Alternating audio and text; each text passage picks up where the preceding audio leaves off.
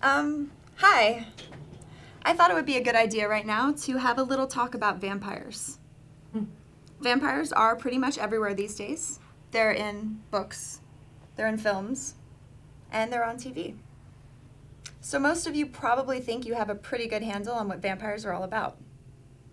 But actually, there's a lot of misinformation out there, and a lot of big gaps in what everybody knows. Let's take TV. Okay, it's like every single vampire is of the European Dracula type. It's like other types of vampires don't even exist.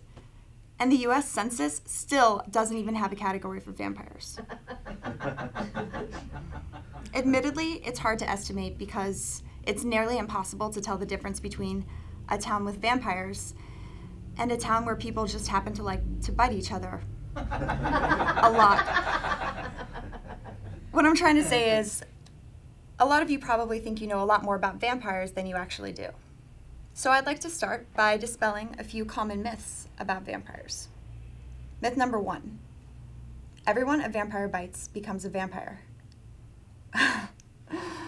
This is totally ridiculous. Just do the math. Say you start with just one vampire, and vampires bite people only once a month. This would mean the entire world would be vampires in under 3 years. Actually turning a person into a vampire is, trust me, a long and complicated procedure. Which is why instead of being surrounded by vampires right now, you're surrounded by werewolves.